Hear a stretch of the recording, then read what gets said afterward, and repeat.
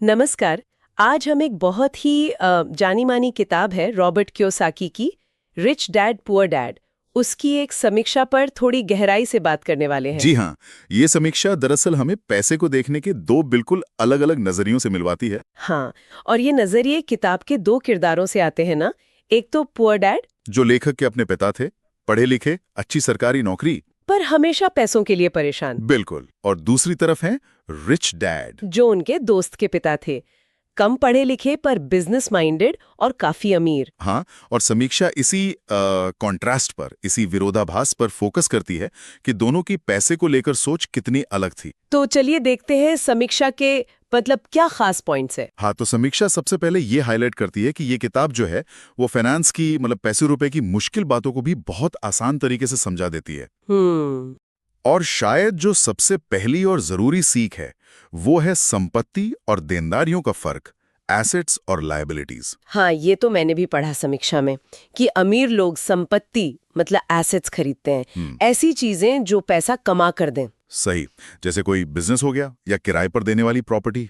जबकि गरीब और मिडिल क्लास लोग अक्सर देनदारियां मतलब लायबिलिटीज खरीदते रहते हैं। हाँ, और उन्हें संपत्ति समझ लेते हैं, है ना? बिल्कुल, जैसे कोई बड़ी सी गाड़ी ले ली या कोई महंगा फोन जिसका उतना काम नहीं, जो जेब से पैसा निकालती हैं। समीक्षा कहती है ये बहुत बड़ी मतलब एक तरह की भूल है। और ये फर्क समझना ही समीक्षा के हिसाब से फाइनेंशियल फ्रीडम यानी पैसों की आजादी की तरफ पहला कदम है।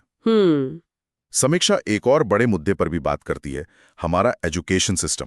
अच्छा, क्या कहती है समीक्षा इस बारे में? वो कहती है कि स्कूल हमें पैसा कमाना तो सिखा देते हैं, अच्छी नौकरी कैसे मिले ये बताते हैं, हाँ, ये तो है। पर उस पैसे को मैनेज कैसे करना है, उसे बढ़ाना कैसे है, ये चीजें गायब हैं। सही बात। मतलब फाइनेंशियल लिटरेसी, पैसे की समझ, वो नहीं मिलती। बिल्कुल, और समीक्षा इसी गैप पर, इसी कमी पर उंगली रखती है।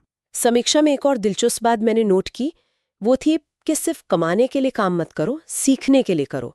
ये रिच डैड का फलसफा था शायद। हाँ हाँ बिल्कुल, समीक्षा इस आइडिया को भी काफी महत्व देती है। इसका मतलब क्या हुआ? मतलब सैलरी जरूरी नहीं? नहीं, सैलरी तो जरूरी है, लेकिन रिच डैड का पॉइंट था और समीक्षा भी यही कहती है कि ऐसी जॉब चुनो जहां सीखने को मिले। अच्छा, जैसे जैसे? नई स्किल सीखना, बिजनेस कैसे चलता है ये समझना, लोगों को मैनेज करना, सेल्स, मार्केटिंग, ये सब। मतलब लॉन्ग टर्म में ये स्किल्स ज्यादा काम आएंगी। हाँ, क्योंकि ये आपको पैसा बनाने के नए तरीके सिखाती हैं। आप सिर्फ एक नौकरी के भरोसे नहीं रहते। समीक्षा के अनुसार ये एक बड़ा माइंडसेट शिफ्ट है। लेकिन समीक्षा में शायद आलोचनाओं का भी जिक्र है। कुछ लोग मानते हैं कि किताब थोड़ी सिंपल है या प्रैक्टिकल सलाह कम है। हाँ, ये बात भी है। समीक्षा इस आलोचना को मानती है। वो कहती है कि हाँ, कुछ क्रिटिक्स हैं जो कहते हैं कि इसमें कोई बहुत डिटेल्ड फाइनेंशियल प्लान नहीं है, या कहानियां थोड़ी ज्यादा ही सरल कर दी गई हैं। बिल्कुल।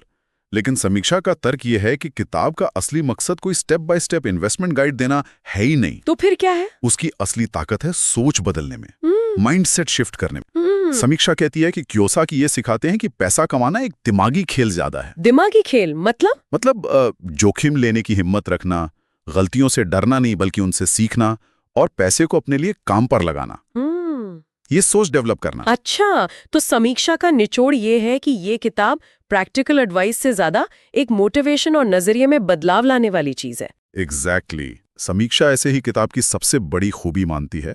एक तरह से ये उन लोगों के लिए है जो नौकरी वाले ढर्रे से निकलकर अपने फाइनेंस पर कंट्रोल चाहते हैं। शायद इसीलिए समीक्षा ने इसे 5 में से 5 स्टार दिए हैं। हाँ बिल्कुल, ये मानते हुए कि ये सोच पर गहरा असर डालती है। तो कुल मिलाकर इस समीक्षा के नजरिए से देखें तो रिच डैड पुअर डैड सिर्फ पैसों के बारे में नहीं है। नहीं, बिल्कुल नहीं। ये पैसा, काम और शायद जिंदगी को देखने का हमारा तरीका बदलने के बारे में है। सही कहा। ये फाइनेंशियल फ्रीडम की तरफ एक कह सकते हैं पहला धक्का है, एक प्रेरणा है। और इस पूरी बातचीत के आखिर में एक सवाल छोड़ा जा सकता है सोचने के लिए, जैसा समीक्षा भी इशारा करती है। क्या सवाल? कि कोई व्यक्ति इस किताब का जो मूल सिद्धांत है, संपत्ति बनाम देनदारी, उसे अपनी रोज की जिंदगी में छोटे छोटे खर्चों में कैसे देखना शुरू कर सकता है। अच्छा, मतलब हर खर्च को इस तराजू पर तौलना कि ये मेरी जेब में पैसा डाल रहा है या निकाल रहा है। हाँ, चाहे वो एक कॉफी खरीदना ही क्यों ना हो या कोई नया गैजेट, ये सोच लाना ही अपने आप में एक बड़ा कदम हो सकता है। वाकई ये सोचने वाली बात है। और इसी विचार के साथ रिच डैड पुअर डैड की समीक्षा पर हमारी ये बातचीत आज यहीं खत्म करते हैं।